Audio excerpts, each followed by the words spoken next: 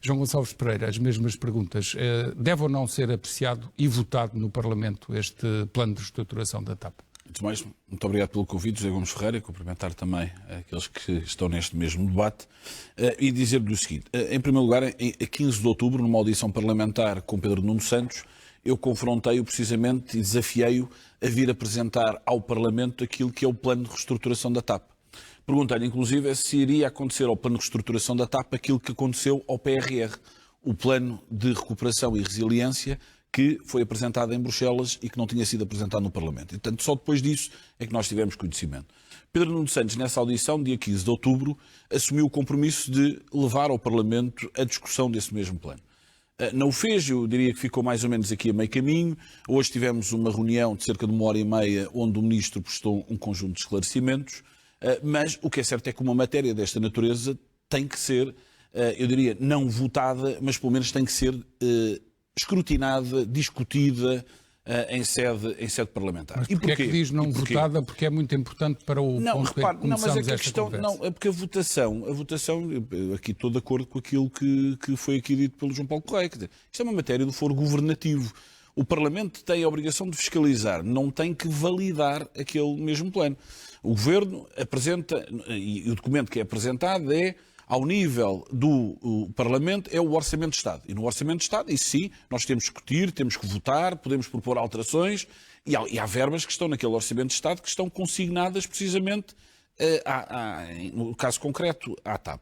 E, portanto, o que deve existir, e deve existir um debate profundo no Parlamento, porquê? Porque nós estamos a falar de umas largas centenas de milhões de euros. E essas largas centenas de milhões de euros é o esforço de quem? Estamos a falar de milhares de milhões de euros. Milhares de milhões. E que é o esforço de quem? Onde é que esse dinheiro sai? Sai precisamente das famílias, do rendimento das famílias e daquilo que é a tesouraria das empresas. São esses que pagam os impostos. E esses impostos, e portanto tem que haver aqui um escrutínio. E quando nós analisamos um plano, e se quiser ir em concreto ao plano, onde analisamos um plano que tem uma diminuição de frota, tem aquilo que é, eu chamo a atenção disto, o maior despedimento público de que há memória desde o 25 de Abril.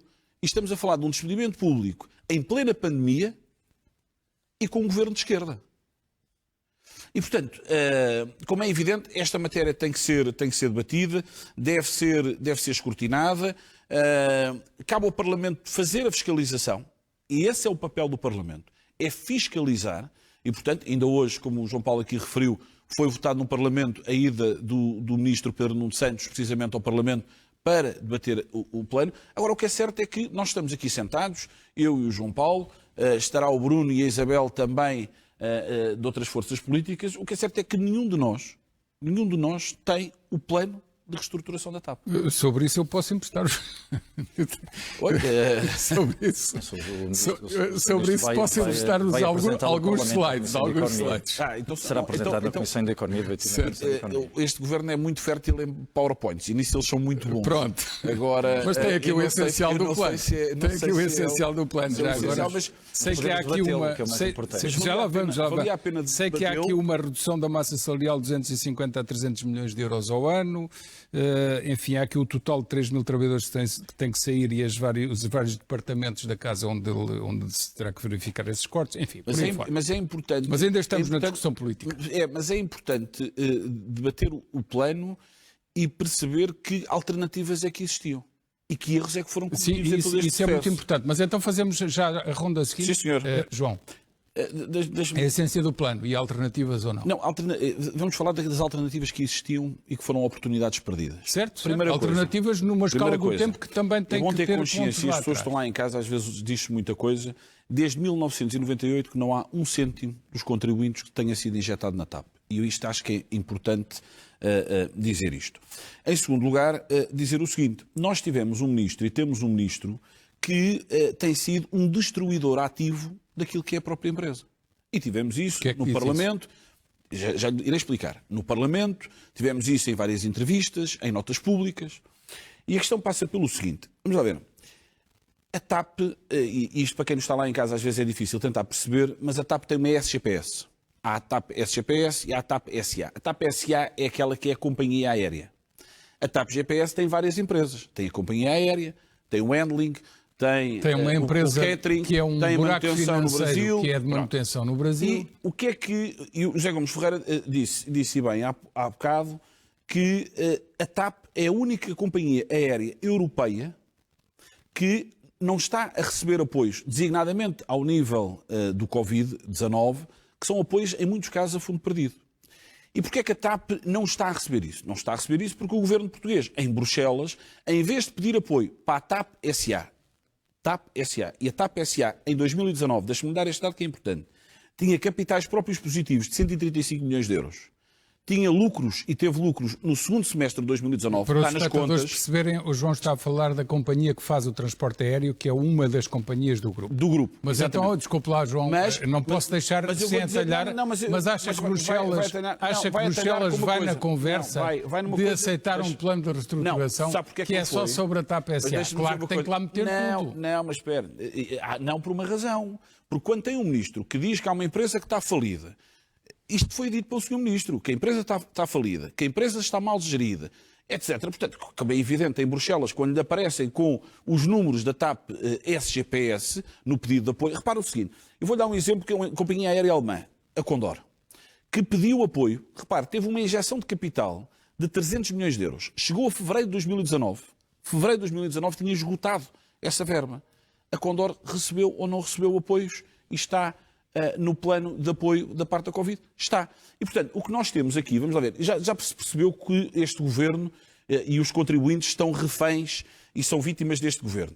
O que também se percebe é que talvez este governo esteja refém e vítima do seu Ministro das Infraestruturas. Porque, efetivamente, tem sido um destruidor ativo. E deixa-me dizer uma outra coisa. Eu, por acaso, pensava que o José Gomes Ferreira ia falar nisso. Só um ponto em concreto, mas o Ministro devia ter pedido ajuda, a autorização para ajudar a TAP, só a TAP SA e só no âmbito das regras Covid. É isso que está a dizer para os espectadores perceberem? Não, é isso que eu estou a dizer por uma razão. Porque o apoio que tem que ser dado é à empresa, à companhia aérea. Volto a perguntar-lhe, e neste ponto acho que o Governo tem que ter uma visão mais abrangente. Acha que Bruxelas ia na conversa? Mas repara uma coisa. Quando se sabe que as outras empresas estão desequilibradas? Repara o seguinte, há números e a questão é do desequilíbrio. O apoio é às companhias aéreas. Porque imagino que a TAP SGPS tinha mais 50 participações em 50 empresas diferentes que nada têm a ver com... Esse é o outro ponto muito importante. Está bem, mas ali era o apoio específico. Falta o Ministro e o Governo explicarem aos portugueses se a redução de custos que está prevista para a TAP, que transporta pessoas, vai ser a mesma para a manutenção e engenharia no Brasil e para as empresas onde participa do handling e de outras áreas. Há muitas outras perguntas que têm que ser feitas ao Governo. Mas esta também é importante. E essa é importante, como é evidente. Mas há várias. E, portanto, quando nos pede para falar de um plano, que é um plano que nós não conhecemos, nós temos aqui uma enorme dificuldade. E, aliás, deixa-me dizer uma coisa. Os pontos que falámos e o que está aqui nesta... Nós não podemos estar a discutir companhia aérea, uma companhia aérea nacional como é a TAP, sem discutir uma outra coisa, que se chama infraestrutura aeroportuária. Não o pode fazer. E hoje, olha... Dentro de meio, João, sabe que dentro de 25 minutos... Isso é para outro programa. Não, mas deixe-me dizer, sabe que dentro de 25 minutos, aquela que é a declaração de impacto ambiental que está válida de Alcochete, acaba a sua validade dentro de menos de meia hora? A solução de Alcochete está completamente abandonada. Sabe que em relação, por exemplo, no caso do Montijo, com aquilo que foi a intervenção do Sr. Ministro Pedro Nuno Santos, bem recentemente, voltámos à estaca zero, andámos 6 anos para trás. E, portanto, quer dizer, nós podemos falar de companhias aéreas. Precisa agora do novo aeroporto quando o transporte aéreo está reduzido em 40% ou 50%. 2022, tenho aqui as declarações desta semana. 70%. João, não vamos... Ryanair, CEO da Ryanair. Fica convidado para vir cá, para falar de aeroportos. Não, estou a falar de aviação. Ryanair, CEO da Ryanair, CEO da Wizz Air. O que é que dizem os dois esta semana? Em 2022... vai disparar e vai começar a retoma em grande a nível. Então o Governo está a fazer bem. E, portanto, o Governo está a fazer bem ao manter a TAP mais magra, obviamente, mas ninguém está a funcionar. Repara uma coisa, mas ninguém está contra que a TAP continue a funcionar. Vamos lá ver. A TAP é a principal responsável ao nível daquilo que são exportações de serviços. Isso tem um impacto enorme no nosso PIB. A TAP tem uma relação estratégica para Portugal, ao nível designadamente com a África, com a ligação ao Brasil. Isto é importantíssimo. Olha, repara, quando foi o tempo da Troika... Mas para percebermos a sua posição, e o espectador perceber... Diga. Então, mas a reestruturação podia ser diferente e mais suave ou não? Ou também concorda que só há esta? José Gomes Ferreira, não, o que eu disse e tentei explicar é que poderia ter existido aqui um outro caminho, uma outra abordagem, não fosse termos um ministro que destrói valor todos os dias, por acaso agora acalmou, na empresa contra a gestão privada. Porque contra a gestão privada, também, quando falamos e olhamos para os números, desculpe, isto é factual. A TAP em 2015 tinha 10 milhões de passageiros, passou para 17 milhões de passageiros. A TAP tinha um volume de negócios em 2015 de 2,4 mil milhões de euros e passou para 3,3. Quando nós falamos... Está a defender esse modelo de crescimento? Não, defendo um modelo de crescimento, deixe-me dizer, eu tenho muito respeito pela iniciativa privada e pelos investidores privados e pela gestão que foi feita. Cometeu erros, com certeza que sim, mas teve fatores positivos. Vou-lhe dar um exemplo. Olha, ouve-se o Sr. Ministro a falar de frota, ainda hoje eu ouvi 1h30, e fala da frota, da renovação, daquilo que vai ser.